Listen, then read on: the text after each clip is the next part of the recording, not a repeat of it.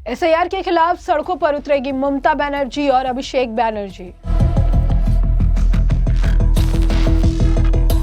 BJP ने ममता बनर्जी के फैसले पर जमकर साधा निशाना। बीजेपी नेता दिलीप घोष बोले, बंगाल में 1.5 करोड़ से ज्यादा घुसपैठी। लगभग 1.5 करोड़ के पास बांग्लादेशी घुसपैठिया रोहिंग्या जो अवैध रूप से यहाँ रह रहे हैं वो यहाँ का वोटर बने हुए हैं, जो यहाँ के नागरिक ही नहीं है। तो पश्चिम बंगाल में मतदाता सूची के विशेष गहन पुनरीक्षण यानी एसआईआर की शुरुआत के दिन मुख्यमंत्री और तृणमूल कांग्रेस सुप्रीमो ममता बनर्जी अपने भतीजे और पार्टी के राष्ट्रीय महासचिव अभिषेक बनर्जी के साथ इसके विरुद्ध सड़कों पर उतरेंगी, ऐसा फैसला उन्होंने ले लिया है। बता दें आपको कि आगामी 4 नवंबर से बूथ लेवल अधिकारी यानी बीएलओ घर घर गणना फॉर्म लेकर पहुंचेंगे और उसी दिन तृणमूल ने कोलकाता में रैली का आह्वान कर दिया है, जिसका नेतृत्व ममता और अभिषेक करेंगे। तृणमूल के अनुसार कोलकाता और आसपास के जिलों के नेता कार्यकर्ताओं को उस दिन दोपहर जो आपको बता दें कि रेड रोड स्थित BR अम्बेडकर के प्रतिमा के सामने इकट्ठा होने का निर्देश दिया गया है। रैली दोपहर 2:30 बजे से शुरू होगी और जोड़ा साको ठाकुर बाड़ी यानी रविंद्रनाथ टैगोर के पैतृक आवास तक जाएगी। अभिषेक ने 2 नवंबर को यानी आज कोलकाता में रैली आयोजित करने की योजना बनाई थी, लेकिन आपको बता दें कि इस दिन शहीद मीनार मैदान में कार्यक्रम होने के कारण ये संभव नहीं हो पाया। वहीं भाजपा के विधायक और नेता प्रतिपक्ष शुभेंदु अधिकारी से लेकर बीजेपी के अन्य नेताओं ने इस मामले को लेकर ममता बनर्जी पर जमकर निशाना साधा है।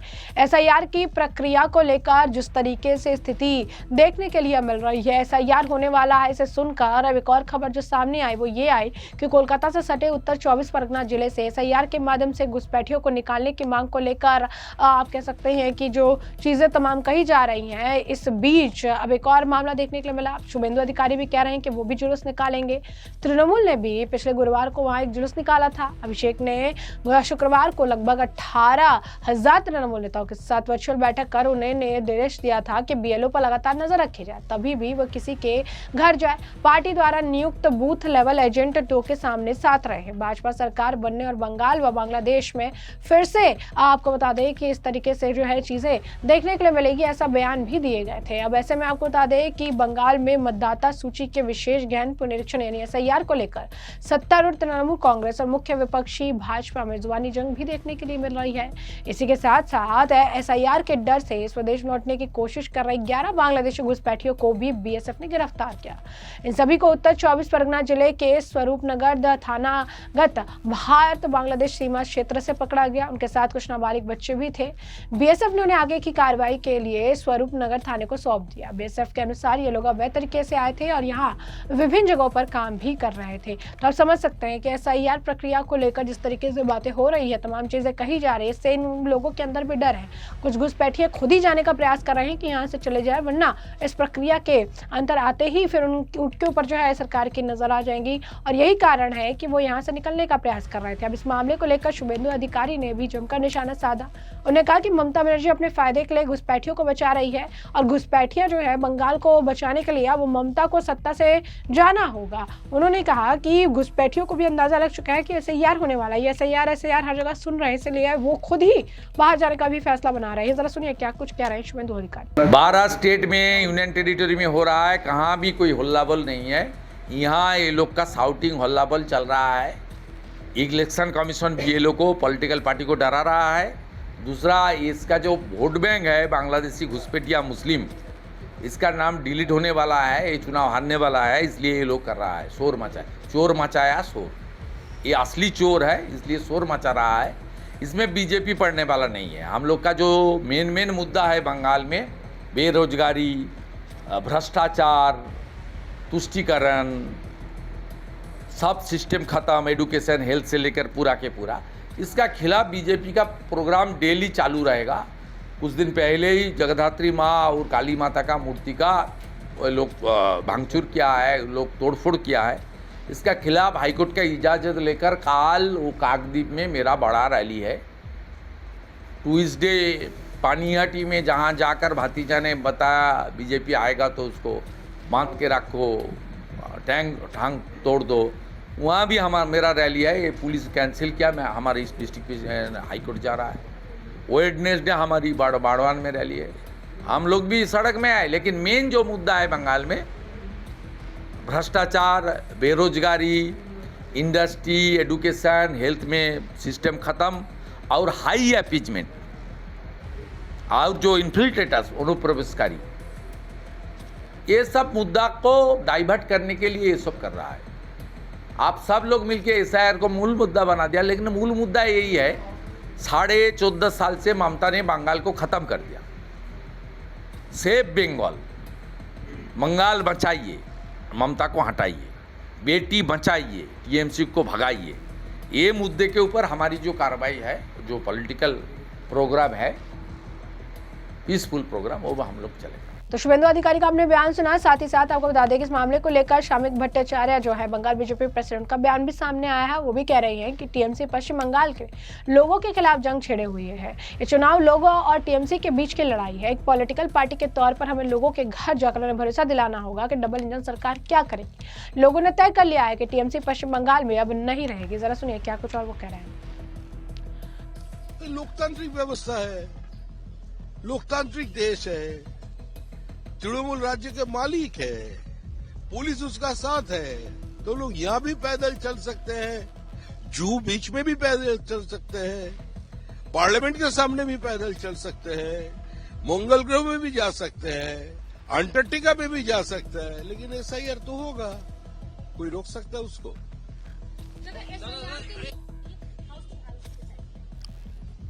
देखिए, ये जो आप देख रहे हैं ना, चुनाव आयोग, ये तो एक संवैधानिक संस्था है, और पश्चिम बंगाल की जो सरकार है ये भी एक संवैधानिक व्यवस्था से है। तो अगर एक संविधान को, एक संवैधानिक व्यवस्था को इस फेडरल स्ट्रक्चर में दूसरा कोई संवैधानिक व्यवस्था चैलेंज कर दिया, तो what does it mean? The constitution doesn't exist in West Bengal. तो अभी अगर कोई संविधान का ऊपर हमला किया करे तो संविधान आपने रहा खुद निकालेंगे। आखिरी सवाल है, जगन्नाथ सरकार और आप लोग एसआईआर के लिए बांग्लादेश में मुसलमान को धकेलने के लिए, देखिए वो कौन सी भावनाओं से बोले, भावुक होकर बोले, हम नहीं जानते। हम लोग तो अखंड भारत की सपना देखते हैं। आज का जो बांग्लादेश है, आज का जो पाकिस्तान था, वो उस देश का हिस्सा था, और हमारा बहुत का कार्यकर्ता ये सपना लेकर अभी भी जीवित है। ये एक दिन भारत का सांस्कृतिक मानचित्र जो है वो भारत का राजनीतिक मानचित्र बनेगा। एसआईआर का जरूरत है, तो फिर एसआईआर की जरूरत क्या है? अखंड भारत का अगर सपना बीजेपी देख रहा है, इंटरिम, अगर ये तो वही जगन्नाथ सरकार ही बोल सकते हैं। अभी जो इंटरिम, उसका मन में ऐसा होगा, ये इंटरिम स्थिति भी जरूरी है, रेडिकलाइजेशन को रोकने के लिए जरूरी है, भारत विरोधी जो कार्य चल रहे हैं उसको रोकने के लिए जरूरी है। आने वाला दिन में बहुत कुछ तो हो सकता है। बहुत लोग तो बोल रहे हैं अभी अमेरिका भी टूटने वाला है, तो कोई नोस्ट्राडामस को किताब जेब में लेकर घूम रहा है। एक्चुअल में नोस्ट्राडामस ने क्या बोला था, क्या नहीं बोला था, किसी को मालूम नहीं है, और रोज एक एक जो नया इशू आते हैं उसके साथ नोस्ट्राडामस रोक जाते हैं। तो ऐसा कुछ बोल सकता है। हमारा कार्यकर्ता है, हमारा सांसद है, भावुक है, इमोशनल है, मुतुआ है, उस मिट्टी का साथ उसका संबंध है, लोगों का भावनाओं का साथ जुड़े हुए हैं, क्या बोल दें। तो जैसा कि आपने उनका बयान सुना, वहीं आपको बता दें कि इस मामले को लेकर सुकांत मजूमदार का बयान भी सामने आया। उन्होंने कहा कि पहले सीपीआईएम राज में ममता बनर्जी ने दावा किया था कि बंगाल में लगभग 80 लाख घुसपैठिए हैं और वो सीपीआईएम सरकार पर इल्जाम लगाती थी, और अब वो उसी बात का विरोध कर रही हैं। ये ममता बनर्जी का पॉलिटिकल स्टैंड है, क्योंकि ममता बनर्जी और टीएमसी बंगाल के असली मुद्दों से लोगों का ध्यान भटकाना चाहते हैं। असली मुद्दे जो है वो 26,000 नौकरियां हैं, करप्शन है, जॉब स्कैम है और मिड डे मील स्कैम है। टीएमसी ने करप्शन किया और इन मुद्दों से ध्यान भटकाने के लिए ममता बनर्जी एसआईआर को बहाने की तरह इस्तेमाल कर रही हैं। राज्य की एक बेटी का आजकल में जिस तरीके से रेप का मामला सामने आया, वो अभी भी इंसाफ का इंतजार कर रही है। एक और बेटी और उड़ीसा ने से हमारी मेहमान का दुर्गापुर में जिस तरीके से हाल किया गया, उसका यहाँ पे क्या हुआ, ये असली मुद्दा है। करप्शन, कोई वैकेंसी नहीं, कोई जॉब जो है क्रिएशन नहीं, कोई इंडस्ट्रियलाइजेशन नहीं, कोई इन्वेस्टमेंट नहीं, लोग राज्य छोड़ रहे हैं, गाँव ओल्ड एज होम बन गया है, और इसे लेकर भी वो कुछ कहने को तैयार नहीं है। जरा सुनिए क्या कुछ कह रही है। In 2004, Mamata Banerjee has thrown papers on the table of Somnath Chatterjee speaker regarding this deportation issue, and now she is against the SAR. Now see, Mamata Banerjee at that time, she threw paper on the chair of the speaker, though at that time Somnath Chatterjee was not present in the house, some another person was present in place of him. But the thing is that the claim Mamata Banerjee used to have that time that almost 80 lakhs of infiltrators are there in the state of Bengal, and at that time she used to blame CPM government, and now she is opposing the same thing, and she is doing the same thing, and this is only the political stance of Mamata Banerjee, because Mamata Banerjee and TMC wants to divert the attention of the people as well as the media from the real issues of the Bengal. What are the real issues? 26,000 jobs, dismissed by the Supreme Court. Then one after one, corruption, hypo corruption, coal corruption, all these kind of corruptions and job scam, midday meal scam, everywhere. Whether it is air, whether it is land, whether it is river, TMC has done the corruption, and to divert the concentration of the people from these issues, Mamata Banerjee using SIR as the alibi. Mamata Banerjee and Abhishek Banerjee is going to bring rally regarding this, sir. Same. The main target of this rally is to divert the concentration of the people from the real issue of Bengal. One daughter of the state has been raped in Arjikar, still waiting for justice. One daughter and our guest from Odisha, she has been raped in Durgapur. What happened there, you have observed. So these are the real issues. Corruption, no vacancies, no creation of job, no nothing, no industrialization. Mamata Banerjee is every year, organizing VGBS, but investments are not coming, and people are leaving the state.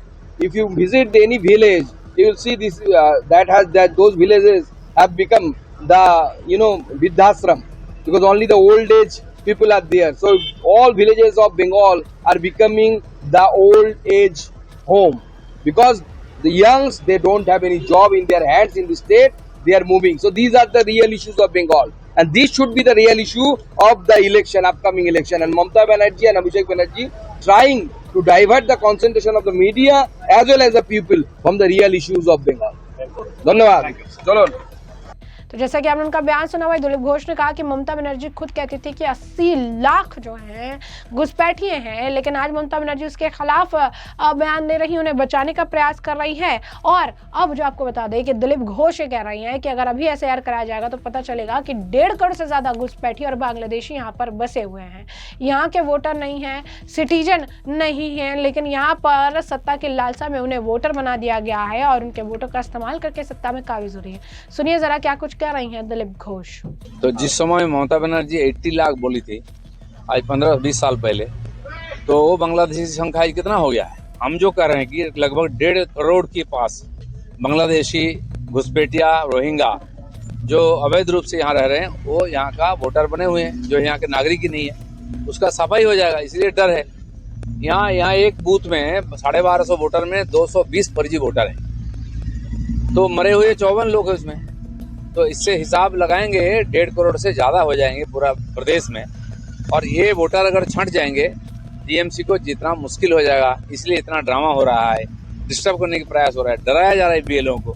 लेकिन हमें विश्वास है चुनाव commission जिस प्रकार से प्रतिबद्ध है काम करने के लिए, वो शांतिपूर्वक हो जाएगा। स्वरूपनगर थाने में 56 बांग्लादेशी अरेस्ट हुआ, एसआईआर के डर से वापस जा रहा है। पिछले 2 महीना से एसआईआर का जो चर्चा हो रहा है, इससे जो बांग्लादेशी घुसपैठिया वोटर है उनको मालूम है कि वो पकड़े जाएंगे। टीएमसी उनको बचाने के लिए ड्रामा कर रही है, डिस्टर्ब कर रही है, उसको रोकने का प्रयास कर रही है एसआईआर को। लेकिन अब जैसे एसआईआर शुरू हो गया है, टीएमसी पार्टी खुद BLA 2 भेज रही है बूथ बूथ में। चुनाव कमीशन काम शुरू कर दिया है, होने ही वाला है। तो जो बांग्लादेशी घुसपैठिया लगभग 1 करोड़ से ज़्यादा यहाँ है, वो पकड़े जाएंगे, उनको जेल जाना है। इसी डर से वो खुद ही खुद भाग रहे हैं। मुझे लगता है कि पूरा खोल देना चाहिए बॉर्डर, जितना बांग्लादेशी यहाँ से निकल जाए तो शांति रहेगा। ये लोग जो है बार बार सिक्योरिटी का मांग कर रहे हैं। स्वाभाविक है, यहाँ चुनाव आता है तो एक टेंशन तैयार होता है, विशेष करके जो सत्ता में रहता है। वामपंथी लोग थे, अब टीएमसी। निष्पक्ष चुनाव होता नहीं है, लोग डरते हैं। और चुनाव प्रक्रिया का एक भाग है एसआईआर।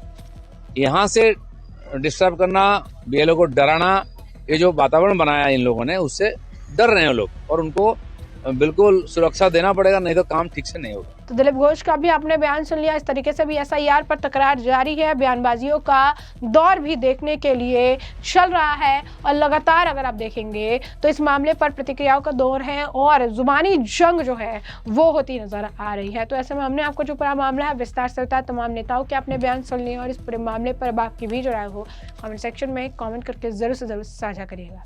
धन्यवाद।